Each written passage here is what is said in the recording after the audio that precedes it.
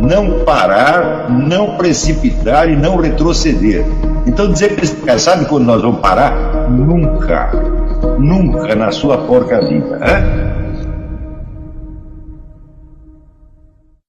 O canal tranquilo? Então, na nossa comunidade do YouTube a gente sempre deixa alguma postagem juntamente com alguns links de livros para vocês adquirirem. E também deixamos sempre aqui nos comentários e na descrição do vídeo nossas redes sociais.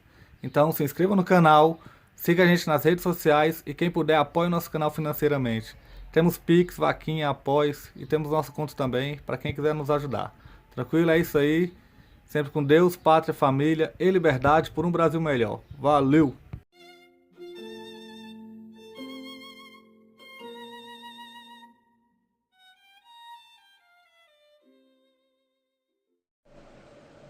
Quer dizer, o desejo de atribuir a Sócrates ideias que ele nunca tivera, crenças que ele nunca defendera, tá certo? E atitudes que ele nunca tomara, só era possível justamente na ausência dos testemunhas. Quer dizer, é justamente pessoas que conheciam pouco Sócrates, ou que só tinham convivido com ele em certos momentos, e de cuja experiência totalmente subjetiva, eles deduziam então toda uma mitologia a respeito de Sócrates. Essas pessoas não tinham elementos concretos, elementos probantes para construir uma doutrina socrática e condená-la.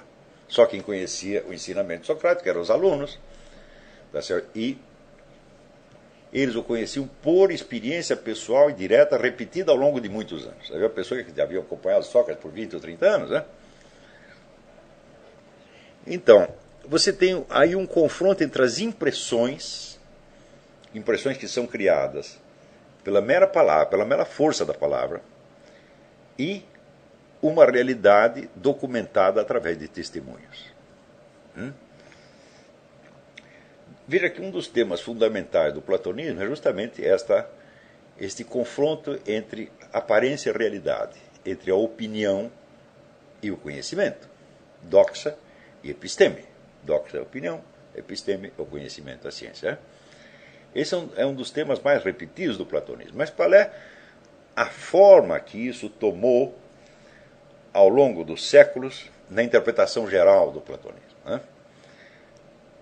O platonismo é conhecido eminentemente como uma teoria dualista, no qual o mundo aparece dividido em dois andares. Existe o mundo das aparências sensíveis, o mundo dos corpos, e por trás dele, por trás e por cima dele, existe o mundo dos arquétipos, das formas, que é a verdadeira realidade.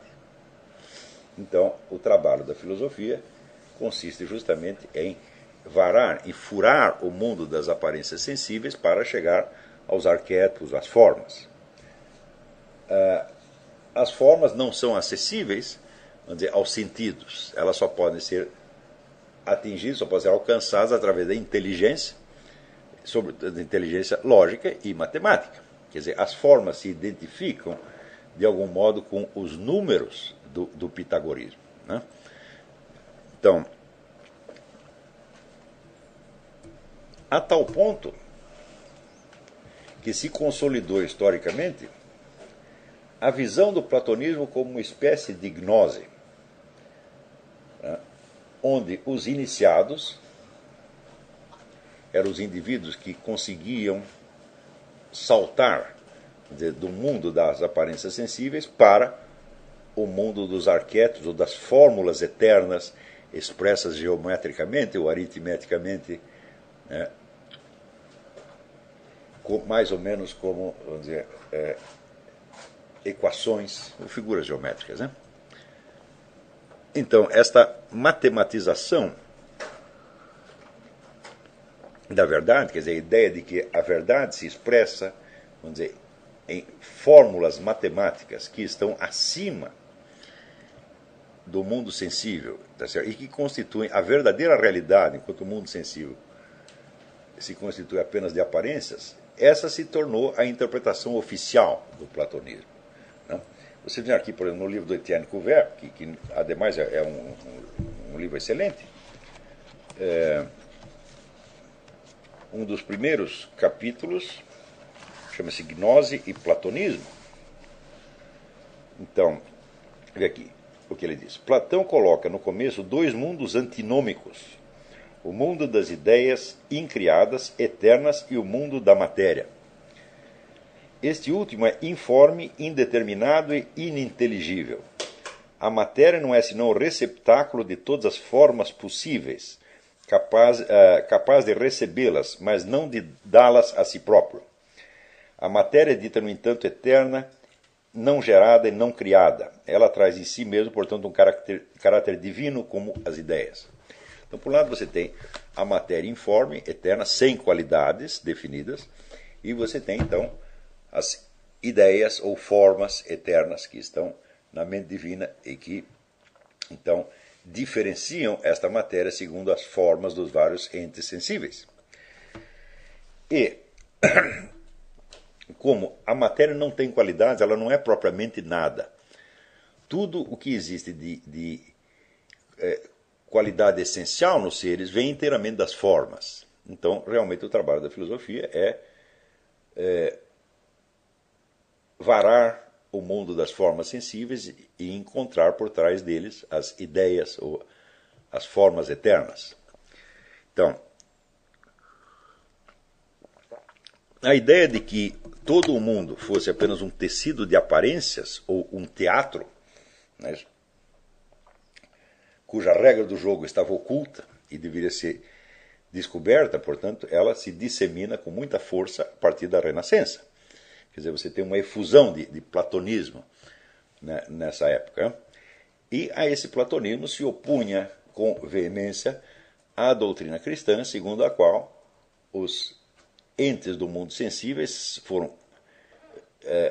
não foram criados por Deus como meras aparências, mas como substâncias efetivas, ou seja, ainda que eles tenham uma forma de existência temporária e fugaz, eles são perfeitamente reais em si mesmos. E, por outro lado, seguindo Aristóteles, a Igreja afirmava que as ideias ou formas eternas não podem existir por si mesmas. Elas só podem existir nos entes sensíveis que as manifestam. Tá certo? Daí, o famoso quadro de Rafael, a escola de Atenas, tá certo? Onde Platão aparece apontando para o alto, isso é, para as formas eternas, e Aristóteles chama a atenção para o mundo sensível, como se dissesse, olha, as formas externas não estão lá, mas estão aqui. Ou como mais tarde diria num verso memorável, o poeta, aliás, comunista, Paul Éluard, há outros mundos, mas estão neste. Ou seja, a unidade da criação se opunha veementemente ao dualismo platônico. E esta concepção, esta visão do platonismo foi assumida, então, por inumeráveis escolas iniciáticas de ordem gnóstica, nas quais a função, o trabalho do iniciado consistia justamente em passar por uma série de rituais e iniciações, nas quais ele se livraria do apego ao mundo sensível e teria, então, acesso às fórmulas matemáticas eternas. Toda a obra de Isaac Newton é precisamente isso, né? Você vê de Isaac Newton, Galileu, quase a totalidade dos cientistas que, vamos dizer, criaram a mentalidade moderna no início da Renascença, é fortemente marcada por esta visão do platonismo. Ou seja, tanto os amigos quanto os inimigos de Platão estavam de acordo com esta ideia do dualismo platônico, com esta ideia, vamos dizer, da falsidade ou mera aparência dos seres sensíveis e com a crença de que a verdadeira realidade se constituía, vamos dizer, de ideias imateriais, como que fórmulas matemáticas das coisas, e era aí que devia se dirigir a atenção do estudioso e do iniciado. Há uma famosa gravura que eu até reproduzi no Jardim das Aflições, em que um indivíduo de joelhos, ele vai caminhando e fura o mundo sensível, tá certo? Onde tem lá árvores, pássaros, montanhas, etc, etc. E por trás disso ele enxerga o verdadeiro mundo. O verdadeiro mundo o que é? É uma máquina. É um conjunto de fórmulas. Né? E então, esta ideia de que um conjunto de equações ou figuras geométricas seria o verdadeiro mundo e de que o mundo das aparências sensíveis é, em última análise, apenas um engano, um teatro, ela inspirou muitas das descobertas, das investigações e descobertas na Renascença. Quando Isaac Newton formula a sua lei da gravitação universal, é exatamente aí que ele pretende chegar. Tanto ele quanto Newton mostram com um certo orgulho um desprezo pelo mundo sensível. Por exemplo, no instante em que Isaac Newton formula premissas que são, por assim dizer, fisicamente insustentáveis, que são incompatíveis com a realidade dos sentidos, como em Newton a ideia, vamos dizer, do espaço absoluto, quer dizer, o espaço sem coisas dentro. O entendimento que Aristóteles e a Igreja tinham do espaço, o espaço é apenas um conjunto de lugares, né, e os lugares são justamente definidos pelas coisas que estão lá. Tá certo? Quer dizer, o espaço é a possibilidade da coexistência de coisas, assim como o tempo é a possibilidade da sua sucessão. Mas, para Newton, o espaço era concebido realmente como uma coisa vazia, sem nada dentro. Não é isso? Agora, a pergunta seria o seguinte: se não há nada dentro, né, que sentido faz você falar de distância? Qual é a distância entre o nada e o coisa nenhuma? Nada. Então, o espaço sem coisa é absolutamente inconcebível, mas era uma premissa importante para a construção, vamos dizer, do mundo matemático de Newton. Do mesmo modo que ele também concebe o que ele chama tempo absoluto, que é o tempo sem acontecimentos, o tempo sem fatos. Né? Então, são duas premissas que violam da maneira mais flagrante a experiência comum e corrente do mundo. Tá certo? Do mesmo modo, como Galileu, ele dizia que para alcançar a verdade na ciência é preciso fazer violência contra os sentidos, a expressão dele. Então, tudo isso vem de uma inspiração platônica, tá certo? É a negação do mundo sensível e a afirmação da prioridade absoluta de, vamos dizer, um mundo de formas abstratas universais. Fórmulas que, idealmente, então, a mente humana poderia alcançar e expressar matematicamente, de tal modo que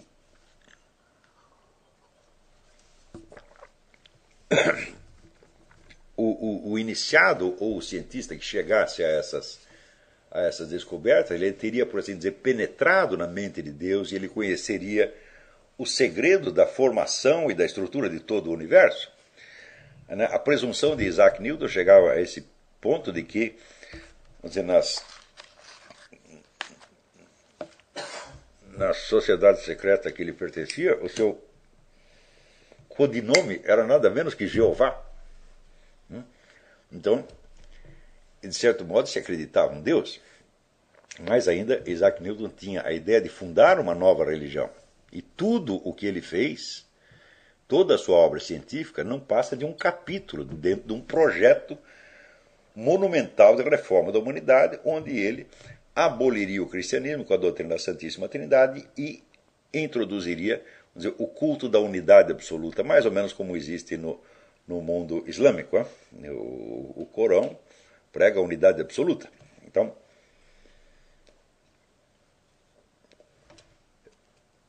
esta unidade absoluta, então, seria, vamos dizer, provada e fundamentada justamente através do conhecimento das leis eternas, né, que presidiram a criação e estruturação do cosmos.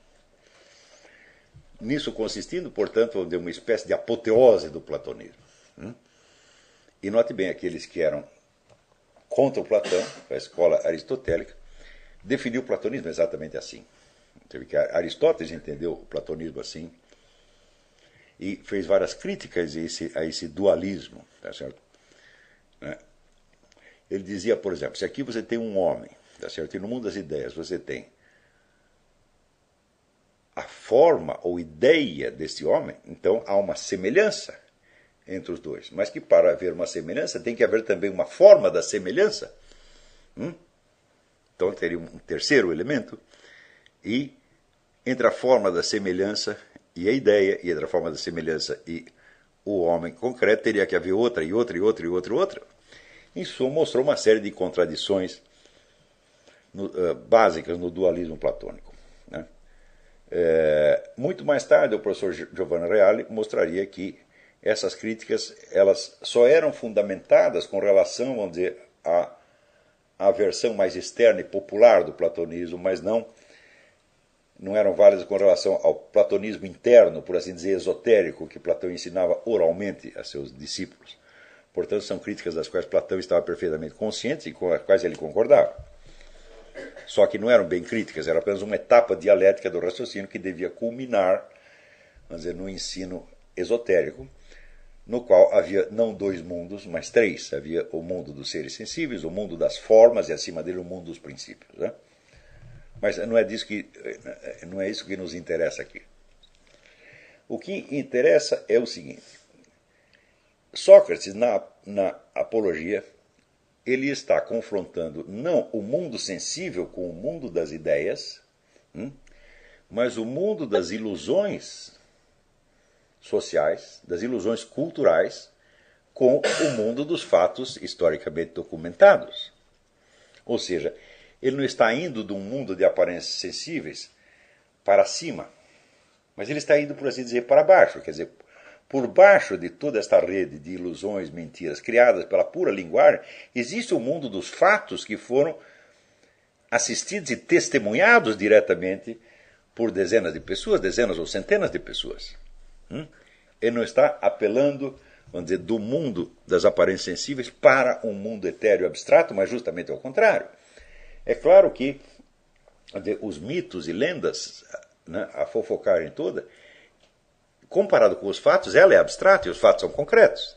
Ele está indo não do concreto para o abstrato, mas ao contrário, do abstrato para o concreto. A mesmíssima coisa acontece no texto mais famoso de Platão, que é justamente o mito da caverna. Porque o prisioneiro que se liberta da caverna, ele transita do que a que? Ele transita do mundo sensível para os arquétipos? É isso que ele faz? De maneira alguma. Os prisioneiros que estão ali amarrados, o que eles estão vendo? Eles estão vendo sombras, na verdade suas próprias sombras, projetadas na parede por um fogo que alguém acendeu por trás deles. Então eles estão vivendo numa ilusão, mas essa ilusão não é um mundo sensível, essa ilusão é uma obra humana, é uma ação humana. Quer dizer, a ação humana dos proprietários de escravos criou, vamos dizer, um conjunto de aparências fictícias para manter os escravos iludidos. Né? E o prisioneiro afortunado que consegue escapar dali, o que ele vê? Ele tem a visão sensível do sol. Peraí, está vindo um ruídozinho aqui. Então, um minuto, eu preciso desligar o som daqui porque eu estou ouvindo a minha própria voz. E como eu não estou entre os meus admiradores,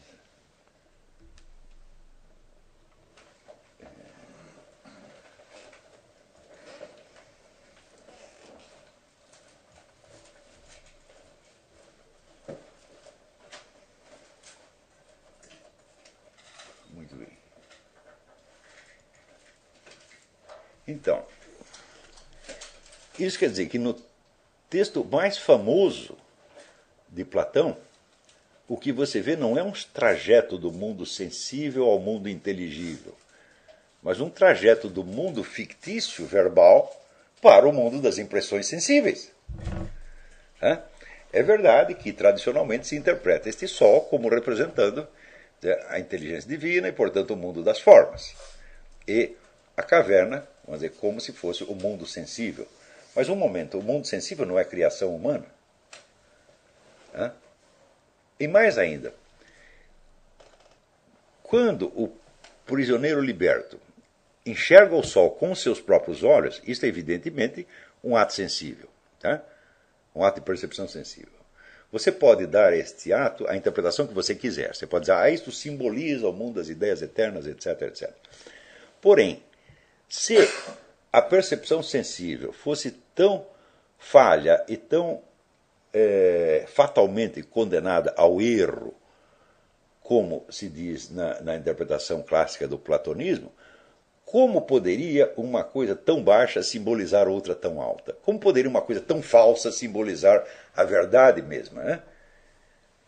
Isto quer dizer que a apologia de Sócrates e o mito da caverna têm uma estrutura rigidamente idêntica. Quer dizer, o trajeto das ilusões culturais para a experiência direta e sensível. Tudo aquilo que os acusadores antigos tinham criado contra Sócrates era apenas um tecido de palavras e imaginações, era um produto cultural. Ao passo que o testemunho dos seus alunos que estavam ali presentes não era puramente mental, eles tinham realmente ouvido Sócrates, eles tinham acompanhado e percebido sensivelmente Sócrates ao longo do tempo. Do mesmo modo que o prisioneiro liberto da caverna, o que ele traz de volta para os seus companheiros presos não é a narrativa de uma visão mística ou de uma abstração, mas o testemunho dos sentidos. Eu vi o sol. Isto quer dizer, minha gente, que toda a interpretação clássica do platonismo é um brutal exagero unilateral. Porque se em alguns textos Platão efetivamente coloca o mundo sensível como se fosse o mundo da ilusão, que tem que ser varado para você atingir os arquétipos eternos, em outros ele faz precisamente o contrário.